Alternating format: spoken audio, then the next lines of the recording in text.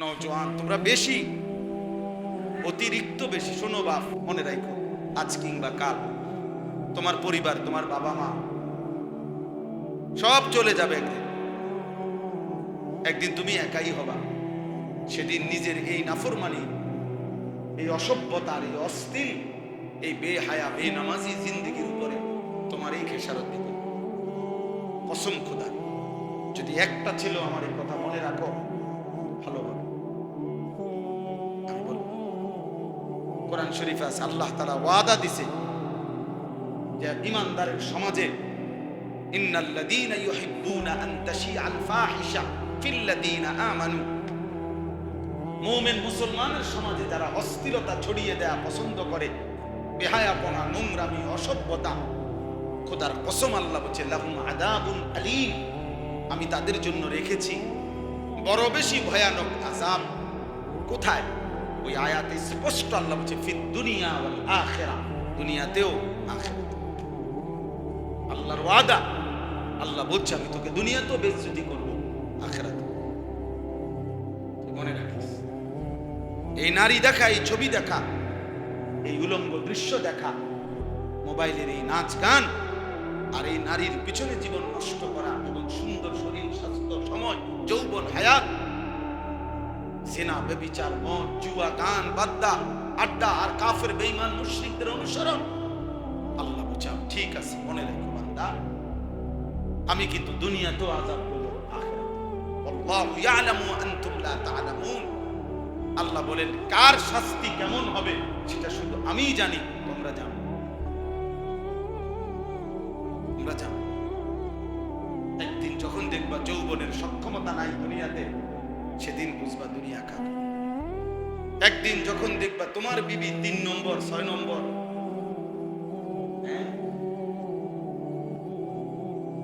যখন বুঝবা তোমার বিবি পরকীয়ায় আসক্ত, তখন বুঝবা দুনিয়া কাকে বলে।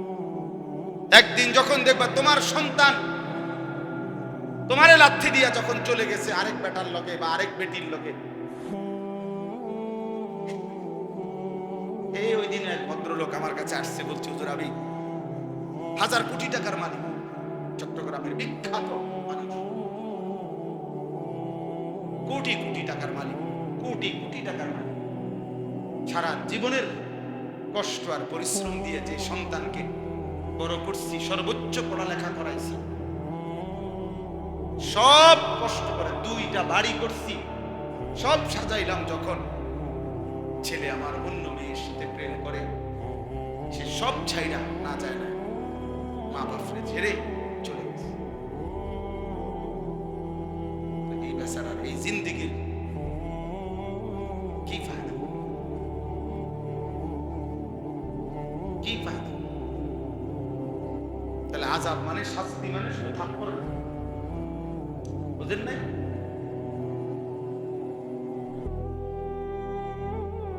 এই জন্য একটা ছেলেই মনে রাখো, তুমি আল্লাহর দিকে ফিরে আসো,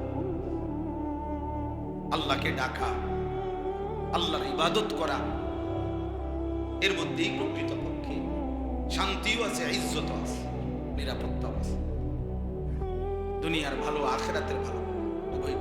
রব্বানা আতিনা ফিদ দুনিয়া হাসানা ওয়া ফিল আখিরাতি হাসানা। দুনিয়ার হাসানা আল্লাহর কাছে চাইতে, তাহলে বুঝাই গেল দুনিয়ার মধ্যেও যেটা হাসানা, উত্তম, সেটা মূলত দেয় কে? নাহলে এটা চাইবো কিন্তু, বুঝেন না? এটা নাহলে চাইবার তো দোয়া করবো কিন্তু, তাই রব্বানা আতিনা ফিদ দুনিয়া হাসানা, দুনিয়ার হাসানাও আল্লাহর কাছে চাই। নবী সাল্লাল্লাহু আলাইহি ওয়াসাল্লাম দুনিয়াতেও অসংখ্য দুনিয়াবি প্রয়োজনও আল্লাহর কাছেই চাইছে।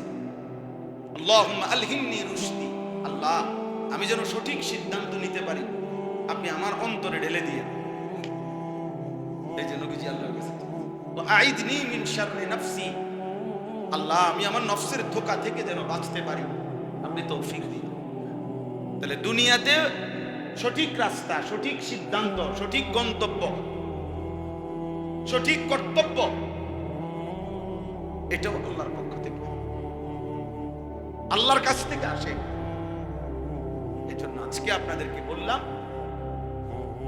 বাবা চাচা আপনারা হারামের মাধ্যমে সুদ ঘুষ কিস্তি মিথ্যা ওজনে কম দেওয়া এই সমস্ত অবৈধ কষ্ট উপার্জনের করে স্ত্রী সন্তান সংসার ঘর পরিবার সাজাইয়া গেলেন। খোদার কসম এরা মনে রাখবে না, এরা মনে রাখবে, এরা মনে রাখবে। কিন্তু নিজের ইবাদত আমল হালালের উপরে যদি চলে যান, এরা যদি কোনোদিন কেউ মনেও না রাখে, আপনার নেকি মিলেই যাবে। জিফুত যদি মনেও না রাখে, অসুবিধা কি? অসুবিধা কি? আমি পৃথিবীতে অমর হয়ে থাকবো কেমনে? পৃথিবী নিজেই অমর নেই, বলেন না? পৃথিবী নিজেই স্থায়ী নেই, তা আপনি পৃথিবীতে চিরস্থায়ী হবেন কেমন? বলো ভাই, আইন দরকার কি? পৃথিবী যেহেতু নিজেই থাকবে না, তা আমি চিরদিন পৃথিবীতে আমার নাম কাম থাকার দরকার কি? পৃথিবী তো থাকতো না। আমি তো চিরস্থায়ী হওয়া দরকার আখিরাতে, আমি তো চিরস্থায়ী হওয়া দরকার জান্নাতে। তাইলে না আমার সফলতা। আমি এখানে অমর হয়ে কি লাভ? এখানে আমার স্মরণীয় বরণীয় হতে কি লাভ? আখিরাতে না স্মরণীয় হওয়া দরকার। আল্লাহ আমাদেরকে বুঝতাম। তাহলে আপনাদের কাছে আমার বক্তব্য হলো, নিজের ফিকির করা। প্রত্যেকে এখানে যে কয়েকজন বয়স্ক চাচা বাবা আছেন, নিজের ফিকির করো, নিজের ফিকির। ওদেরকে বাদ দিতে বলি না, তার মানে নিজেকে ভুলতে নিষেধ করছি। সংসার বাদ দিতে বলছি না, আপনি নিজেকে ভুলে গেলেন। আপনি বোঝেন না যে সুদের টাকা নিয়ে যে সন্তানটাকে বিদেশ পাঠাইলেন, এটা যে হারাম, আপনি এটা বোঝেন না? আপনি কি কাম করবেন? আপনি কি করলেন? ওই বুঝি আপনি আজীবন মনে রাখবো। হ্যাঁ, বুঝি আপনি মনে রাখবো। বুঝি বিয়ে করাবার পরে 6 মাসের মাথা কি শহরে বাসা বাড়ি? কথা বলেন না কেন? 1 বছরের মাথা যে বাসা বাড়ি, হ্যাঁ, বাচ্চা একটা হইলে যে বাসা বাড়ি, জিফুত মানুষ করে। এত বড় হয়ে গেছে তো বাচ্চাটা, স্কুলে পড়বে, শহরে শুদ্ধ কর। আঙ্গালের ফুত এখন শুদ্ধ কর। বুঝেন নাই কথাটা? টাকা হয়েছে, এখন কিছু পয়সা হয়েছে, তাহলে আপনি অথচ নিজে কি করলেন? হারাম টাকা দিয়ে ছেলেটাকে বিদেশে দিয়েছেন, হারাম টাকা দিয়ে বাজারে ব্যবসা লইয়া দিচ্ছেন, হারাম টাকা দিয়ে সংসার করে দিচ্ছেন। তো আপনার আখেরাত বরবাদ করলেন, দুনিয়াও তো কিছুই পাই। কি পাই আমরা জানি না? এই সমাজের কত লাখো মানুষের কষ্টের কাহিনী আমরা তো শুনি কম, কারণ মানুষ তো আমাদের কাছে দোয়া চায়, জিগায়, কয়, এগুলো না, দুঃখের কষ্টের কাহিনী বলে না। আমি তো বড় মসজিদে জুমা পড়াই, ঢাকা শহরে, কুমিল্লাতেও, ঢাকাতেও। তো কোটিপতি তো আমি চিনি, বুঝেন না? ওরা যে আমাকে ব্যক্তিগত একা যখন বলে, তো আমনের মন চাইবে যে গইরাইয়া কান, তার লাগে আমি কদ্দুর কান। মানে 1000 কোটি টাকার মালিকের কান্না দেখলে মনে হবে যেন আমি কদ্দুর কাঁদি। আপনি বুঝবেন কেন? বাইরের পৃথিবী তো অনেক চাকচিক্যময়, বাইরের পৃথিবীতে তো অনেক হাসি, কিন্তু ওই হাসির মধ্যে তো ফরমালিন। ওই হাসি আসল হাসি। ওই হাসে দেখেন বহু ধনী হাসে দে এটা কিস্তিতে, মানে তার গাড়ি বাড়ি, তার খানা খাদ্য সবকিছুর উপরে লোন। তাহলে তার হাসিটাও কিসে? লোনে। তার সবকিছু কিস্তিতে, কিছুই নাই নিজে, কিছুই নাই। 100 কোটি টাকার মালিক, 400 কোটি টাকা লোন, বুঝেন না? 50 কোটি টাকার মালিক, 100 কোটি টাকা লোন। তাহলে 50 কোটি টাকা কেমনে বানাইছে? এমনি এমনি। হ্যাঁ, আল্লাহ পাক যদি হালালের মাধ্যমে কাউকে দিয়ে থাকে, আলহামদুলিল্লাহ। আমি তাকে বলছি না, উনি চেতনের দরকার, হারামখোরকে বলবো। এই জন্য আপনারা মেহেরবানি করে আখিরাত নিজের নিশ্চিত করবেন। কিশোর ছেলে তোমাদেরকে বলি, ভাই এই বন্ধু, এই স্বজন, এই আধুনিকতা, এই প্রযুক্তি থাকবে না দোস্ত। বন্ধুরাও থাকবে না, ফেসবুক আর ইউটিউবও থাকবে না, এই বড় মোবাইলও থাকবে না। আমরা ছোটবেলায় এখানে যারা চাচা আছে, এই আমগো এই চাচা করো, তোমরা জিজ্ঞাসা করো, আমরাও বলি। আমি নিজে, আমার বয়স 44 বছর, আমার বয়স কোনো 400 বছর না। আমার এই ছোট্ট বয়সে আমি টেলিগ্রাফ দেখছিলাম ছোটবেলায়। টেলিগ্রাফ, একটা কাগজের মধ্যে দ্রুততম চিঠি আসতো, এটা এখন নাই। ডাক টিকেট মানে পিয়নের চিঠি, আমরা তো অ্যাভেলেবেল, সারাটা ছাত্রটা জীবন, সারা জীবনই তো আমরা চিঠি পাঠাইতাম বাড়িতে। কই আছে এখন এগুলার প্রচলন? চিঠি কেমনে লেখে এখনকার বাচ্চা বুঝাইতেও তো কষ্ট, তাইলে নাই নাই। ফিতাওয়ালা ক্যাসেট আমরা দেখছি না, কই আছে এখন ফিতাওয়ালা ক্যাসেট? আগে দে জামা, আরে বিদেশ থেকে চেঞ্জার পাঠাইতো, ঠিক এগুলা পাঠাইতো না আগে, বিদেশ থেকে মূল ইয়া পাঠাইতো এই ক্যাসেট শোনার জন্য। তো কই সিডি, এই যে চ্যাপ্টা চ্যাপ্টা একটু বড় বড় সিডি ছিল যেগুলা, এগুলো কই? এরপরে ল্যান্ড ফোন, যেগুলো টেলিফোন, টিএনটির এরকম একটা একটা অক্ষর এমনি এমনি ঘুরে ঘুরে আমরা ফোন করতাম, কই এগুলো কই? 10 টাকা মিনিটের ওই বড় মোবাইল, যেটি যে আগে বাটন মোবাইল, যেটি বড় বড় লম্বা লম্বা ছিল, মটোরোলা, তারও কি কি নাম, স্যামসাং নামের বড় বড় এরকম লম্বা সাইজ, ওইগুলো। তাহলে আমার এই ছোট্ট 44 বছরের ভিতরে যদি এতগুলো প্রযুক্তি হারিয়ে যায়, আগামী 44 বছরে দেখবা তোমাদের এই প্রযুক্তির অসংখ্য কিছু হারিয়ে গেছে। এগুলা না, কিন্তু সমস্যা হইল ওই আধুনিকতা তো হারিয়ে যাবে, কিন্তু তোমার যে আমল, তুমি যে গুনাহ করছো, এই গুনাহ তো দোস্ত হাসরের মাঠ পর্যন্ত বয়ে যাইতে হবে। মোবাইলে না তুমি হারাই দেবে, তুমি যে নারীর ছবি দেখে গুনাহ করছো, এটা মুছবা কেন? এটা মুছবা কেন? ব্যাংকে না মনে করেন হারায় গেল, আমনের সুদের টাকা, সুদের লেনদেন, আমনের সুদ, এটা আপনি মুছবেন? আমি বুঝাইতে পারলাম নি কথা? তাহলে আমরা আমাদের প্রত্যেকের জিন্দেগি এই গুনাহ আমরা মুছবো কিভাবে? মুছবো কিভাবে? হ্যাঁ, মুছবার সুরত হইল খালেস দিলে তওবা। তওবা মানে যে গুনাহ করছিলাম সেটা সমূলে ছেড়ে দেওয়া। 2, দিল দিয়ে শতভাগ মজবুতির সাথে আর করব না এই কথার ওয়াদা দেওয়া। 3, লজ্জিত এবং অনুতপ্ত হয়ে চোখের পানি ফেলে মাফ চাওয়া। কসম আল্লাহর, এই 3টা একসাথে হলে এটারে বলা হয় তওবা। আপনি বিড়ি খাইতে খাইতে চা দোকানে বসে বলবেন আস্তাগফিরুল্লাহ আস্তাগফিরুল্লাহ, কি তো দেশটা কি শুরু হইল? হ্যাঁ ডাকবা, ওটা আস্তাগফিরুল্লাহ। আপনার আস্তাগফিরুল্লাহর উপরে আস্তাগফিরুল্লাহ, আপনি তওবার উপরে তওবা। আপনি এটা কিসের আস্তাগফিরুল্লাহ করেন? আপনি দি বিড়ি খান, আপনি দি বেড়ির দিকে চাইয়া রয়েছেন টেলিভিশনে, টেলিভিশনের দিকে তাকায় তাকায় আস্তাগফিরুল্লাহ আস্তাগফিরুল্লাহ। হায় হায় রে, কি তো এটি দেয়, এ আপনি যেটি চাইতেছেন এটি দেয়, এটা নিয়ে আস্তাগফিরুল্লাহ, এই নি তওবা। আস্তাগফিরুল্লাহ এটা বলে গুনাহ ছেড়ে দাও, আর করবে না, ওয়াদা দেওয়া, লজ্জিত এবং অনুতপ্ত হয়ে কি চাওয়া। 3টা মিললে হয় কি? 3টা মিলতে হয়।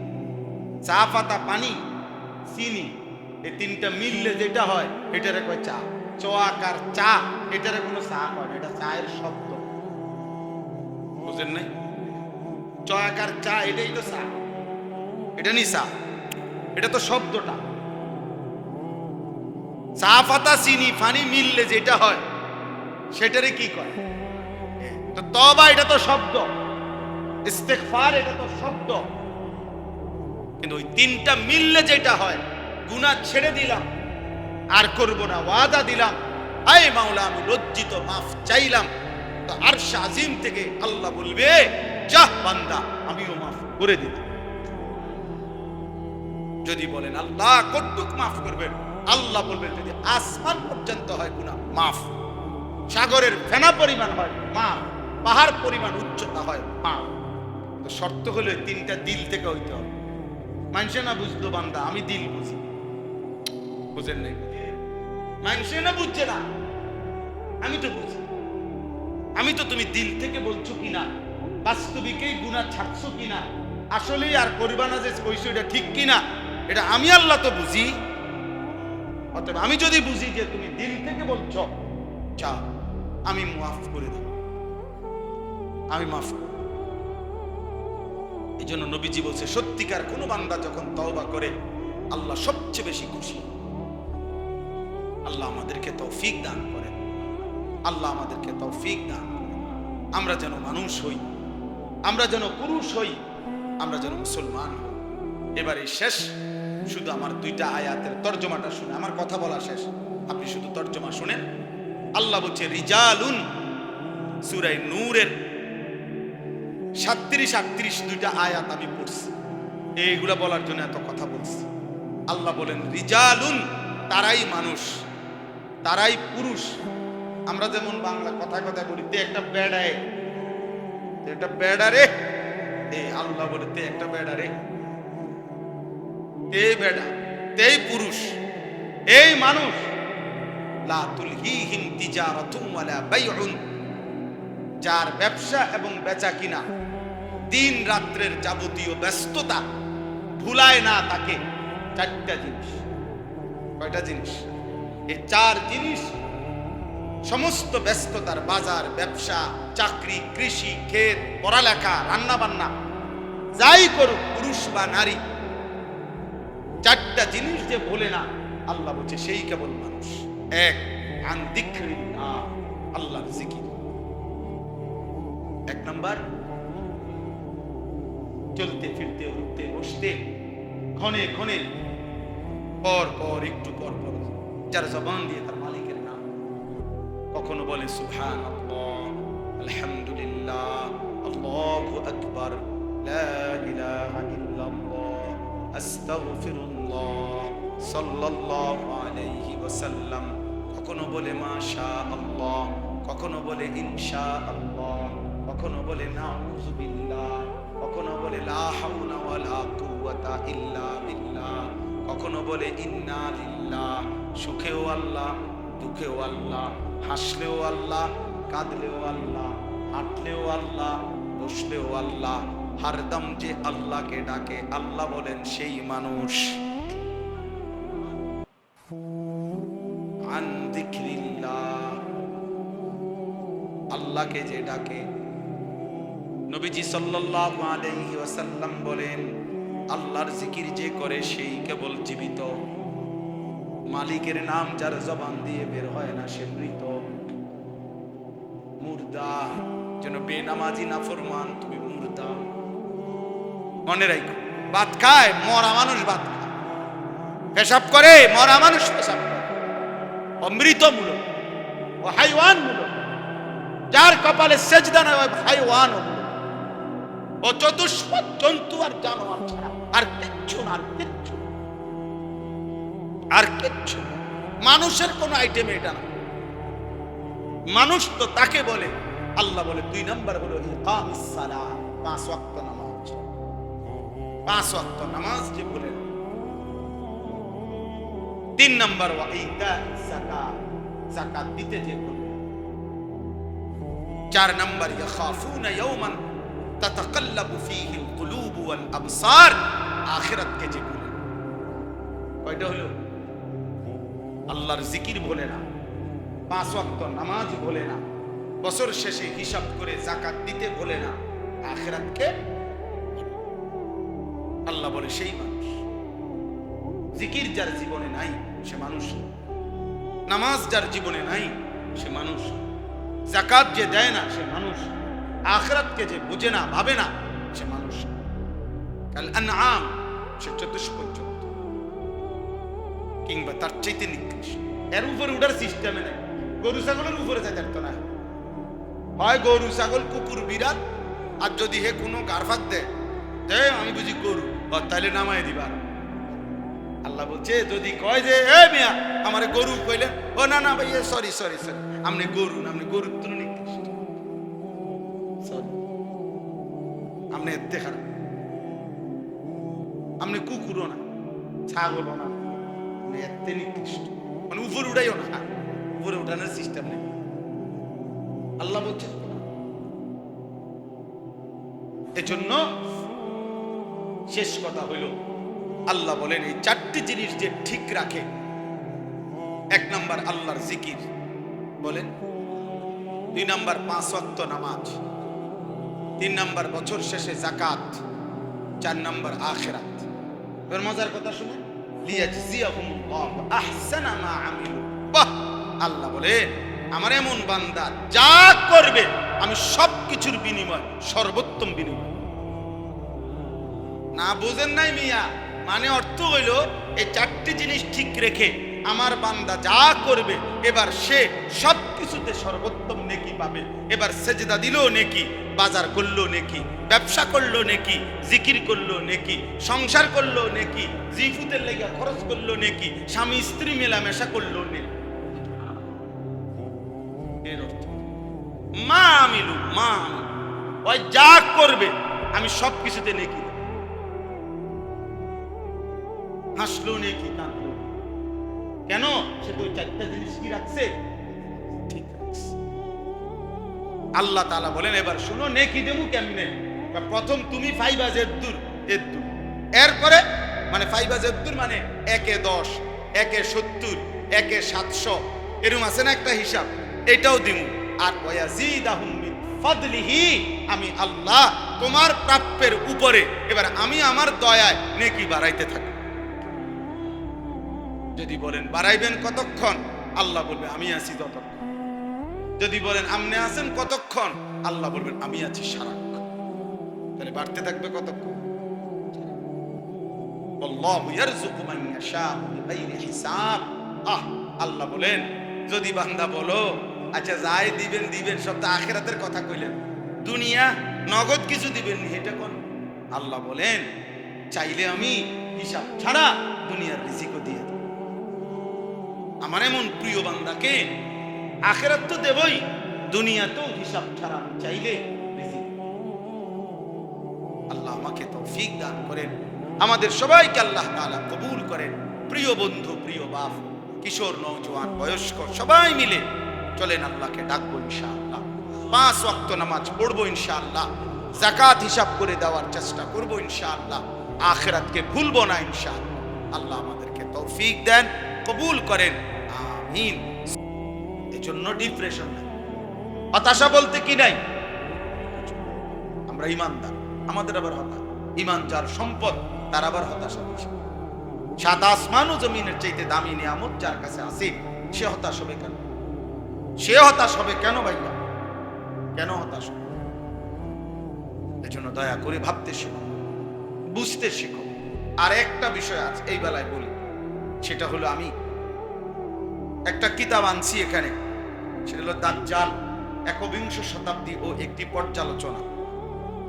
আরেকটা কিতাব হলো মাওসুআতু আশরাতিস সাআ, কিয়ামতের আলামতের বিশ্বকোষ, মানে কিয়ামতের আলামত সম্পর্কিত আলোচনার একেবারে বিশ্বকোষ।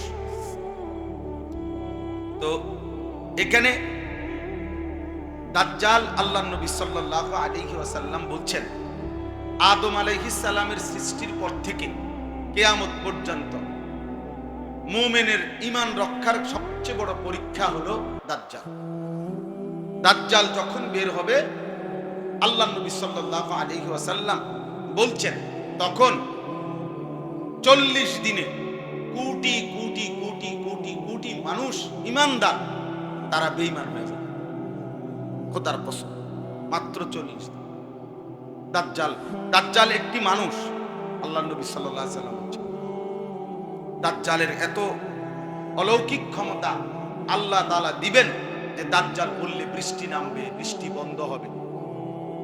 দাজ্জাল বললে নদীতে পানি বইবে, দাজ্জাল বললে নদীর পানি শুকায় যাবে।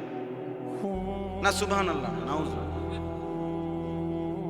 দাজ্জাল বললে খালি জায়গা থেকে, যে কোনো এরকম খালি জায়গা থেকে স্বর্ণরৌপ্য খনির মতো বের হবে।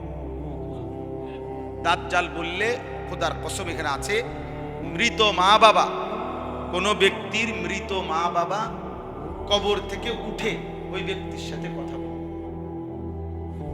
দাজ্জাল গর্দান ফেলে দিবে, দুই টুকরা করে ফেলবে। হাদিসে আছে বর্ণনা যে লোকটাকে মাঝখান দিয়ে কাইটা দুই টুকরা করবে, করে এক টুকরা মনে করো চোখের সীমানার অনেক দূরে, আরেক টুকরা এখানে রাখবে, রাইকা ডাক দিবে, ওই দুই টুকরা মিলে লোকটা আবার দাঁড়ায় যাবে। আচ্ছা কি হবে তো? এই সব কিছু দেখাইয়া সে বলবে আমি তোমাদের রব। তখন ঈমান কিভাবে বাঁচাবে? যে দেশের মানুষ মাজারের মাছ, মাজারের সুতা, এগুলোর কাছে ঈমান দিয়ে দেয়, তাই না? আমরা কতটা দুর্বল সেখানে এই ভেলকিবাজি দেখে কিভাবে ঈমান বাঁচাবে? এজন্য নবী সাল্লাল্লাহু আলাইহি সাল্লাম বলছেন, এমন কোন নবী ছিল না যেই নবী দাজ্জালের ফিতনা থেকে তার উম্মতকে সতর্ক করেন। নবীজি সাল্লাল্লাহু আলাইহি সাল্লাম 5 ওয়াক্ত নামাজের পরে প্রত্যেক দিন যে কয়েকটা দোয়া বিশেষভাবে করতেন, তন্মধ্যে দাজ্জালের ফিতনা থেকে প্রতিদিন 5 ওয়াক্ত নামাজের পরে পানাহ চাইতেন, মুক্তি চাইতেন। এজন্য দোস্ত বলার উদ্দেশ্য হলো, এই দাজ্জালের ফিতনা আমাদের সামনে, অর্থাৎ এটা পিছনে ঘটে নাই, এটা সামনে হবে। হয় আমার সামনে, নয় আমার সন্তানের সামনে, নয় তোমার সামনে, কারো না কারো সামনে। তো যেহেতু আমরা এখনো সামনে আগাবো, আমাদের হায়াত যার যেটুকুই আছে, তাহলে আমাদের পিছনে যারা কবরে গেছে দাজ্জালের ব্যাপারে চিন্তা করবে এখন তারা না, এখন আমরা না। হ্যাঁ, তুমি নিরাপদ হইবা সেদিন যেদিন তোমার মৃত্যু হবে। যদি দেখো যে তোমার মৃত্যু পর্যন্ত দাজ্জাল আসে না, তো ঠিক আছে, তুমি নিরাপদ, কিন্তু তোমার মৃত্যু তো এখনো হয়নি, আর তুমি মৃত্যু হওয়া পর্যন্ত দাজ্জাল বের হবে না, এ কথা তো বলা হয় না, বুঝেন? যে তুমি সেফ থাকবা, তোমার মৃত্যু পর্যন্ত বাইরে হবে না। এই জন্য আল্লাহ নবী সাল্লাল্লাহু আলাইহি সাল্লাম বলছেন যে দাজ্জালের ফিতনা সবচেয়ে বড় ফিতনা জমিনে না। কোথায় না? জমিনে না বেটা, জমিনে না। ওয়াফিস সামাই রিজকুকুম ওয়া মা তুআদুন ফাওয়ারাব্বিস সামাই ওয়াল আরদ ইন্নাহু লাহাক্কুন মিথলা মা আন্নাকুম তানতিকুন। আসমানে ফয়সালা, জমিনে না। হ্যাঁ ভাইয়া, অতএব এটা বুঝা দরকার, এটা বুঝা। ঘাড় নোয়ায় না, সোজা হো ভাই, ঘাড় সোজা করো, সোজা করো। এটা এরকম শুয়ে লেখা নিয়েছে, কথা কইও না, দুষ্টামি করো না। তোমার বাকি থাকলে নাহলে ছুটি নিয়ে যাও, যে আমার একটু সামান্য দুষ্টামির জন্য সুযোগ দিলে ভালো হবে। আমি দেবো ইনশাল্লাহ, কোনো সমস্যা, কিন্তু এখানে কষ্ট দিও, আমি দেখি।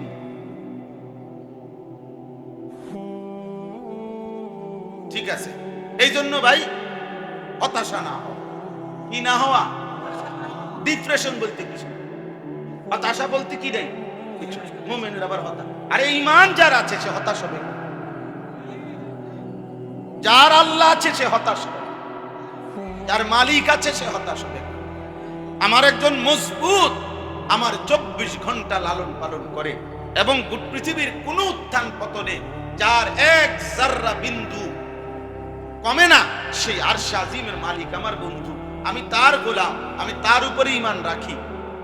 ইব্রাহিম আলাইহিস সালাম ওনার আব্বাকে বলছিলেন, আব্বা আপনি আমাকে ধমক দিই। ইব্রাহিম আলাইহিস সালামের আব্বা আজর ধমক দিছিলেন, বলছিলেন তুমি যদি আমার এই মূর্তির বিরোধিতা না ছাড়ো, আমি তোমার আরজুমান্নাকা, পাথর মেরে মেরে ফেলব, ওয়াহজুরনি মালিয়া, এবং ত্যায্য পুত্র করে বাড়ি থেকে ঘর ছাড়া করব।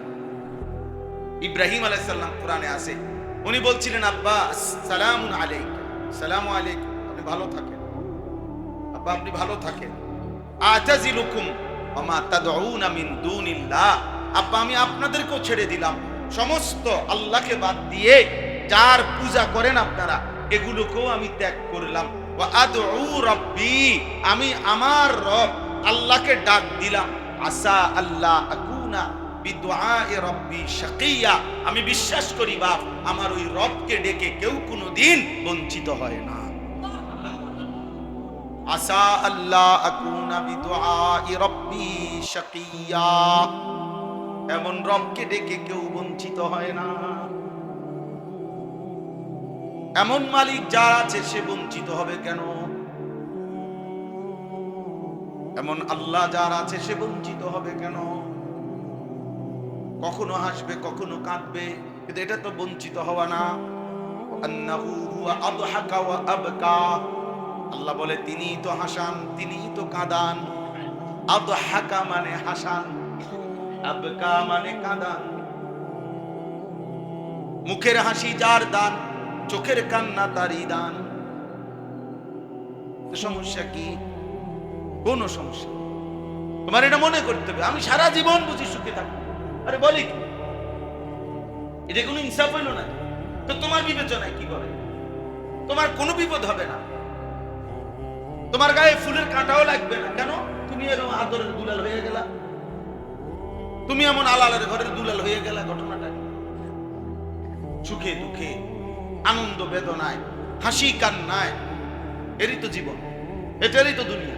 সব হাসি যেখানে সেটা তো জান্নাত, সব কান্না যেখানে সেটা তো জাহান্নাম, সব আনন্দ যেখানে সেটা জান্নাত, সব বেদনা যেখানে সেটা জাহান্নাম, সব উত্তম যেখানে সেটা জান্নাত, সব অধম নিকৃষ্ট যেখানে সেটা জাহান্নাম। ভালো মন্দ, আনন্দ বেদনা, দুঃখ হাসি, এর মিশেল, এর সংমিশ্রণ যেখানে, এরই তো নাম দুনিয়া। এখানে রোদ ওঠে, এখানে বৃষ্টি নামে, এখানে আলো আসে, এখানে অন্ধকার আসে, এখানে হাসে কেউ কান্না করে, এখানে একই সাথে লাগোয়া, একদিকে সুপার মার্কেট একদিকে হসপিটাল। আমাদের কুমিল্লা টাওয়ারে আছে, একদিকে হইলো সুপার মার্কেট আর এই ভবনে আরেক অংশ হইলো হসপিটাল। সেখানে মানুষের হাহাকার, এখানে মানুষের আনন্দের জোয়ার, এর নাম দুনিয়া। তাহলে কাজে কোনো ডিপ্রেশন নেই। তোমরা কমপক্ষে ইনশাআল্লাহ ডিপ্রেশন বলতে কিছু নাই, বরং আল্লাহর জিকির করতে হবে, আল্লাহকে ডাকা শুরু করো। সাথে সাথে মন খারাপ, ডাকো মালিক, আল্লাহকে ডাকতে শুরু। তাসবিহ লও, তাসবিহ লও। ওই হুজুর তাসবিহ লইলে মানুষে কি বলবে? তো মোবাইল লইলে মানুষে কি কয়? জোনায়েদ বাগদাদি কয় আপনারে, আপনারে কি আব্দুল কাদের জিলানী কয়? বইয়ে বইয়ে মোবাইল টিপে। তাসবিহ লইলে কি বলবো? মিসওয়াক নিলে কি বলবো? না কি বলবে? কি মিসওয়াক কি কোনো গুনাহের জিনিস? তো কি বলবো?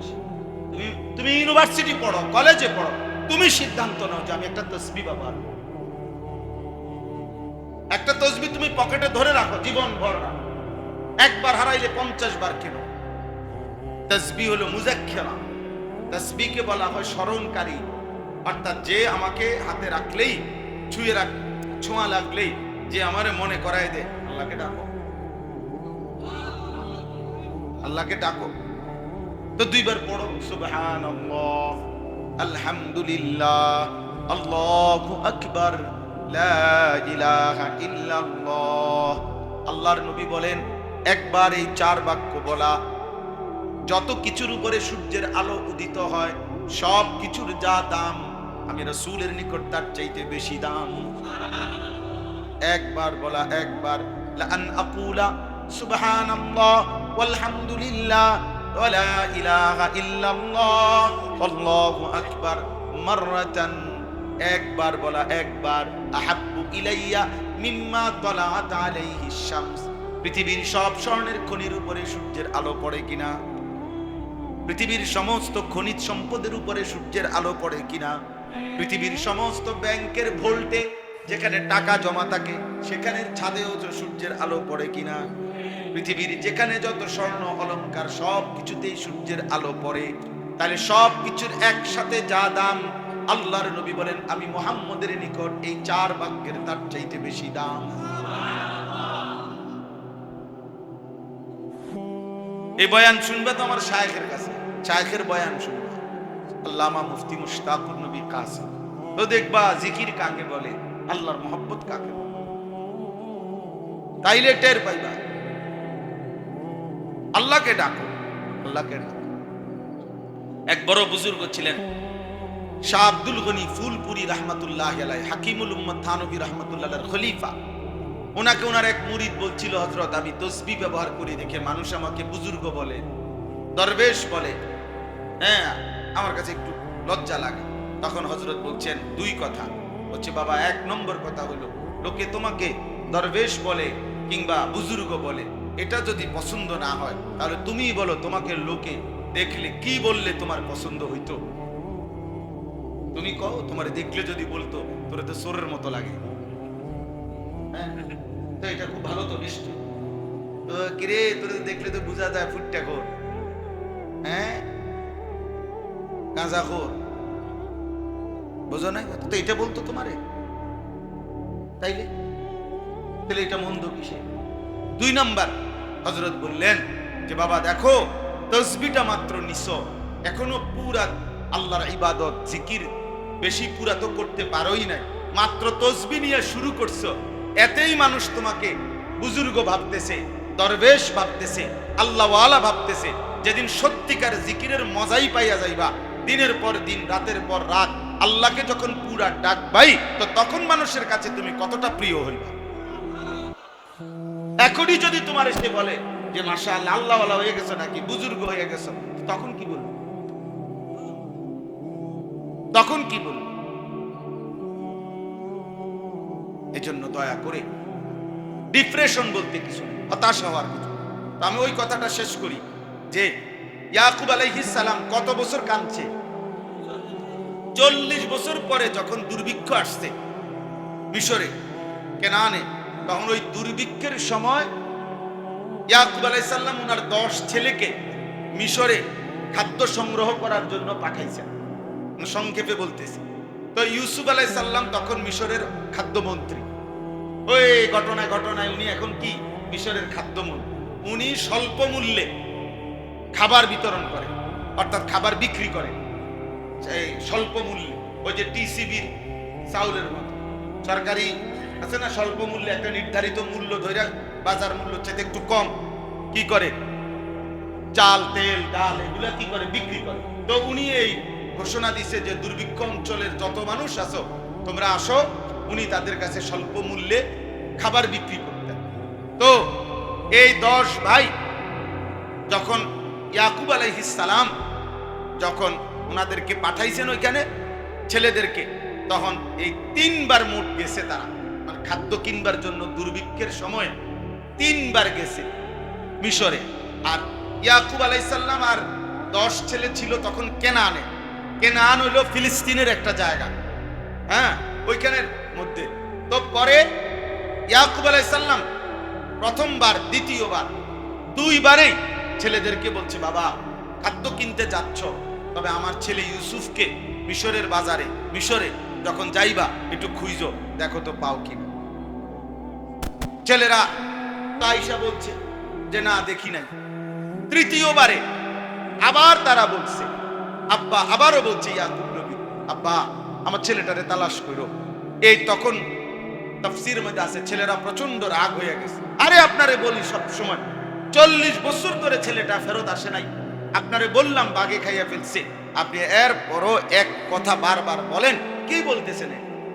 এই তখন উনি বলছেন, কোরআন শরীফে আছে ইয়া বানি ইয়াযহাবু, হে আমার সন্তানেরা তোমরা মিশরের বাজারে আবার যাও, ওয়া তাহাসসু, তোমরা আমার ছেলেটাকে এইবারও তালাশ কইরো, ওয়ালা তাইআসু, এই ভাইয়া শোনো, ওয়ালা তাইআসু, নিরাশ হইও না।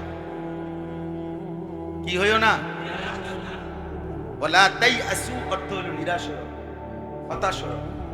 ইন্নাহু লা ইয়াইআসু মির রাউহিল্লাহ ইল্লাল কওমুল কাফিরুন। এই তখন উনি বলছে নিশ্চয়ই আল্লাহর রহমত থেকে নিরাশ হতে পারে সে কাফের সম্প্রদায়। যে কে? কাফের। কাফের ইল্লাল কওমুল কাফিরুন, কাফের সম্প্রদায় নিরাশ। মুমিন কি হইতে পারে না। তখন এইবারে যখন যাওয়ার পরে 10 ভাই তারা বলছিল ওয়া নাহনু উসবা, এক সময় তারা বলছিল আমরা 10 জন একটা শক্তি, আর ইউসুফ একা, সে আমাদেরকে কি করবে। আল্লাহ তাআলা আরশ আজিম থেকে সেদিন যেন মুচকি হাসি দিছিলেন, আচ্ছা আচ্ছা দেখাবো তো, দেখবা 10 জনের সম্মিলিত শক্তির কি হয়, একজনের ইমানের শক্তিতে কি হয়, দেখবা খেলা। তো এইবার আজকে আল্লাহ তাআলা দেখাই দিছে একজনের সেই ইমান। ইউসুফ আজ সে খাদ্যমন্ত্রী, আর 10 ভাই ওনার কাছেই আপনার খাদ্য প্রার্থী, খাবার চাচ্ছে। তার তৃতীয়বারে সরকার নির্ধারিত যে স্বল্প মূল্য, এটাও তাদের কাছে ছিল না, আর অল্প টাকা পয়সা, মানে এইবার আর ওই সরকারি টাকাটাও কি করতে পারে নাই, জমাইতে পারে নাই।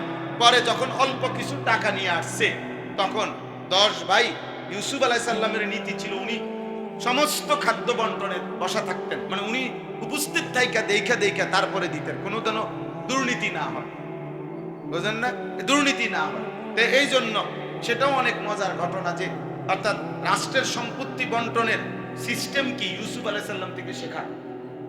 হ্যাঁ, তো এখন এই 10 ভাই এইবার আয়েশা বলতেছে যে আপনি আমরা এই পরিমাণ টাকা দিলাম, হ্যাঁ এতটুকুতে আমরা জানি আমরা যেদূর খাবার চাচ্ছি এদূর হবে না এই টাকায়, তো আপনি ফাউফিলানাল কাইল ওয়া তাসাদদাক আলাইনা।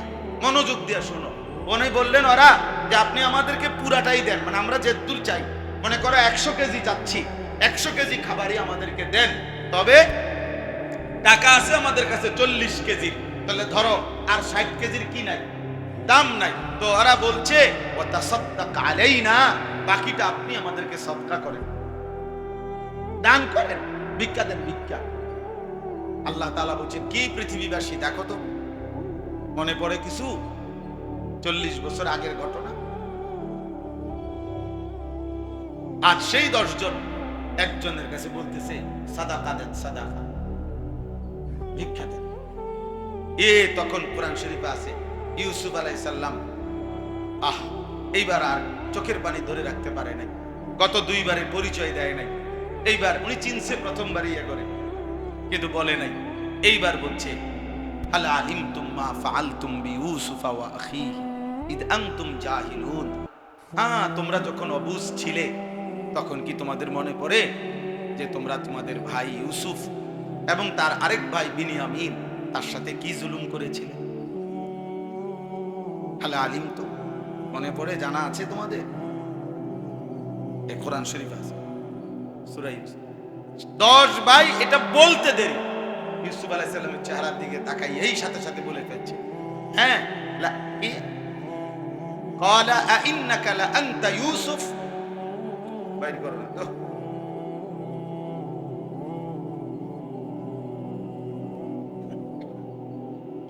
এক মিনিট দেখাইতেছি।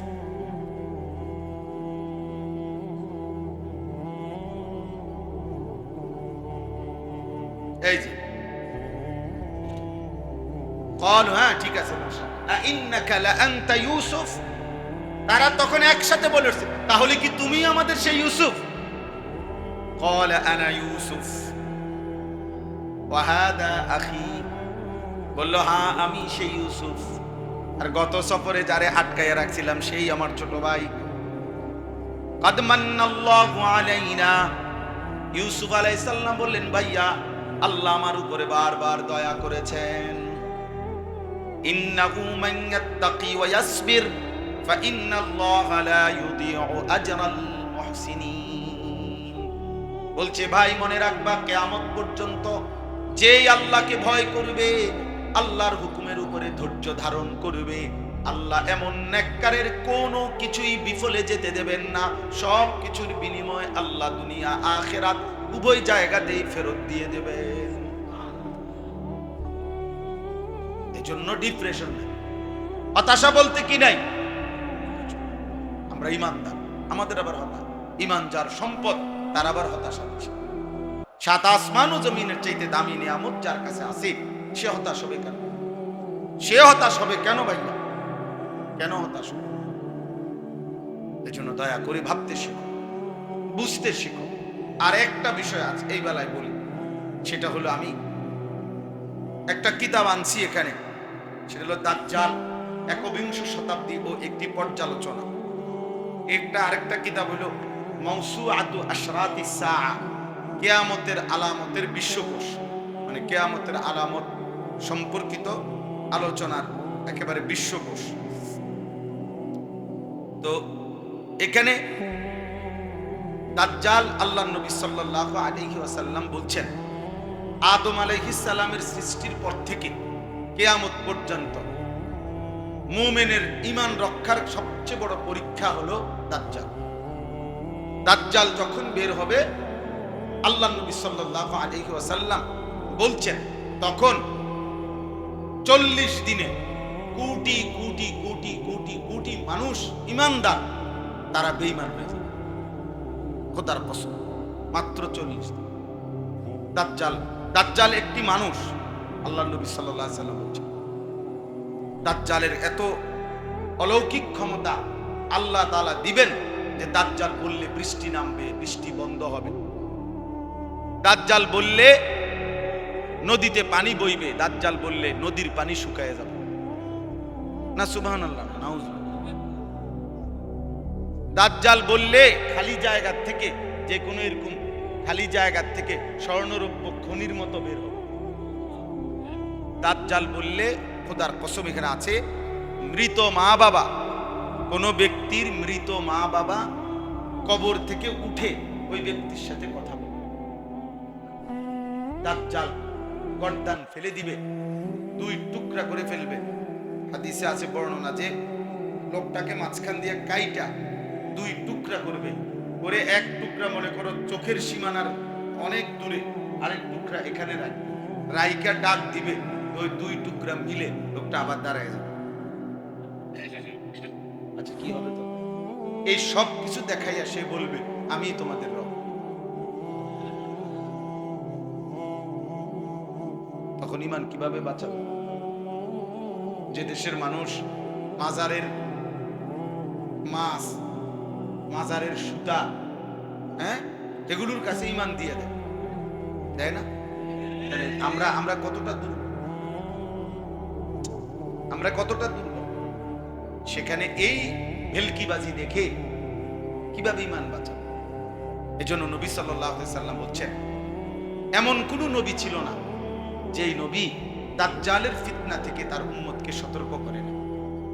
নবীজি সাল্লাল্লাহু আলাইহি ওয়াসাল্লাম 5 ওয়াক্ত নামাজের পরে প্রত্যেক দিন যে কয়েকটা দোয়া বিশেষভাবে করতেন, তন্মধ্যে দাজ্জালের ফিতনা থেকে প্রতিদিন 5 ওয়াক্ত নামাজের পরে পানাহ চাইতেন, মুক্তি চাইতেন। এজন্য দোস্ত বলার উদ্দেশ্য হলো, এই দাজ্জালের ফিতনা আমাদের সামনে, অর্থাৎ এটা পিছনে ঘটে নাই, এটা সামনে হবে। হয় আমার সামনে, নয় আমার সন্তানের সামনে, নয় তোমার সামনে, কারো না কারো সামনে। তো যেহেতু আমরা এখনো সামনে আগাবো, আমাদের হায়াত যার যেটুকুই আছে, তাহলে আমাদের পিছনে যারা কবরে গেছে দাজ্জালের ব্যাপারে চিন্তা করবে এখন তারা না, এখন আমরা না। হ্যাঁ, তুমি নিরাপদ হইবা সেদিন যেদিন তোমার মৃত্যু হবে। যদি দেখো যে তোমার মৃত্যু পর্যন্ত দাজ্জাল আসে নাই, তো ঠিক আছে, তুমি নিরাপদ, কিন্তু তোমার মৃত্যু তো এখনো হয়নি, আর তুমি মৃত্যু হওয়া পর্যন্ত দাজ্জাল বের হবে না, এ কথা তো বলা হয় না, বুঝেন? যে তুমি সেফ থাকবা, তোমার মৃত্যু পর্যন্ত বাইরে হবে না। এই জন্য আল্লাহর নবী সাল্লাল্লাহু আলাইহি সাল্লাম বলছেন যে দাজ্জালের ফিতনা সবচেয়ে বড় ফিতনা। নবীজি সাল্লাল্লাহু আলাইহি ওয়াসাল্লাম, আশ্চর্য দেখো এখানে হাদিস আছে, লা ইয়াখরুজুদ দাজ্জাল হাত্তা ইয়াজহালান নাসু আন যিকরিহি। মানুষ যখন দাজ্জালের কথা ভুলেই যাবে, এটা যখন বুঝবেই না, তার আগে দাজ্জাল বের হবে। ওয়া হাত্তা তাতরুকাল আইম্মাতু যিকরাহু আলাল মানাবির, এমনকি ইমাম খতিবরা পর্যন্ত জুমার বয়ানে মিম্বরে যেটার আলোচনা ছেড়ে দিবে, তখন মানে একদম যখন কেউ জানে না, ভুলেই গেছে সবাই, এরকম সময় দাজ্জাল। দাজ্জাল বের হবে। সবাই যখন অন্য কিছুতে ব্যস্ত তখন দাজ্জাল বের হবে। এবং আল্লাহর নবী সাল্লাল্লাহু আলাইহি ওয়াসাল্লাম বলছেন যে দাজ্জাল যখন বের হবে তখন তার আকৃতির যে বর্ণনাটা বারবার দিবেন যে ইন্নাহু শাবুন, সে হবে যুবক, সে হবে যুবক। সমস্ত হাদিসে আছে, একেবারে বিশুদ্ধ হাদিস, মুত্তাফাক আলাইহি হাদিস, দাজ্জাল যুবক হবে। এজন্য দাজ্জালের ফিতনার সবচেয়ে ভয়ঙ্কর আক্রান্ত হবে যারা, তারা হবে কিশোর যুবক, কারণ তাদের আকৃতিতে, তাদের সুরতে আসবে, তাদের সুরতে। 2 নাম্বার, আল্লাহর নবী সাল্লাল্লাহু আলাইহি ওয়াসাল্লাম বলছেন, এই কথাটাই আমি বলে শেষ করতে চাচ্ছি। নবীজি সাল্লাল্লাহু আলাইহি ওয়াসাল্লাম বলছেন যে তার চুলের একটা বর্ণনা, আল্লাহর নবী সাল্লাল্লাহু আলাইহি ওয়াসাল্লাম বলছেন যে আন্না রা'সাদ দাজ্জাল মিন ওয়ারাইহি হাবাক হাবাক, অভিশপ্ত দাজ্জালের চুলের পশ্চাৎ অংশে অনেকগুলো সিথি কাটা থাকে, এরকম তাক তাক থাক থাক কাটা কাটা। 1 2 আন্নাহু জিফালুশ শা'র, নবীজি বলছে দাজ্জালের চুল হবে ভীতিকর আকৃতি, স্বাভাবিকতার পরিপন্থী। আল্লাহর নবী সাল্লাল্লাহু আলাইহি ওয়াসাল্লাম বলছেন জাদুর রাস, তার চুল হবে পেঁচানো, কোকড়ানো। কোকড়ানো মানে এমনি সৃষ্টিগত কোকড়ানো। আল্লাহর নবী সাল্লাল্লাহু আলাইহি ওয়াসাল্লাম বলছে, এখানে হাদিস আছে, আমার যখন পাও ভাঙছিল তখন আমি সবচেয়ে বেশি পড়ছিলাম এই দাজ্জালের হাদিস এগুলা। এই যে নবীজি বলছে কাআন্না শা'রা রাসিহি আগসানু শাজারাতিন, যেন দাজ্জালের মাথার চুল দেখলে মনে হবে এটা যেন আগসানু শাজারাতিন, কোন গাছের ডালপালা, গাছের ডালপালা। তার মানে প্রিয় ভাই, আমি আজকে একটা অনুরোধ করতে চাই, এই দাজ্জালের চুলের আকৃতি নবীজি আলাদাভাবে কেন বললেন? একজন এত বড় কাফেরের পরিচয় দিতে গিয়ে চুলটাকে আলাদা উল্লেখ করলেন কেন এতবার? এটার একটা আলাদাভাবে শুধু চুল নিয়ে তো এতটা বলার কিছু না, কিন্তু নবীজি কেন বললেন? বোঝা গেল এটা একটা বিশেষ লক্ষণীয় বিষয়। এই জন্য আমার একটা কথা, অনুরোধের কথা, যেহেতু কষ্ট করে তোমরা আসছো, 3টা দিন ছিলা, অনেক আদর মহব্বত ভালোবাসা নিয়ে আসছো, আমরাও আলেম ওলামা অনেক আসছে, তা আমার একটা অনুরোধের কথা হলো যে এই ফ্যাশনেবল চুল তোমাদের যাদের, বিশ্বাস করো ভাইয়া, এটা দাজ্জালের চুল, এটা দাজ্জালের প্রস্তুতি। সত্যি কথা বলি, এটা হাসি দিয়া উড়াই দিও, হাসি দিয়া বিষয়টা উড়াই দিও। ইমানের হেফাজতের জন্য ইমানদারের চেহারা, সুরত, আকৃতি এটাও একটা গুরুত্বপূর্ণ বিষয়। আল্লাহর নেক বান্দাদেরকে দেখলে হাদিসে আছে, নবীজি সাল্লাল্লাহু আলাইহি ওয়াসাল্লাম বলেছে আল্লাহর কথা মনে পড়ে। তাহলে ঠিক এজন্য মানুষ যখন কোনো নেককার আল্লাহওয়ালা মানুষকে দেখে, কিছুক্ষণের জন্য তার দিলে একটা আলাদা ভাব তৈরি হয়, মাশাআল্লাহ কি ভালো মানুষ, কতটা আল্লাহওয়ালা মানুষ।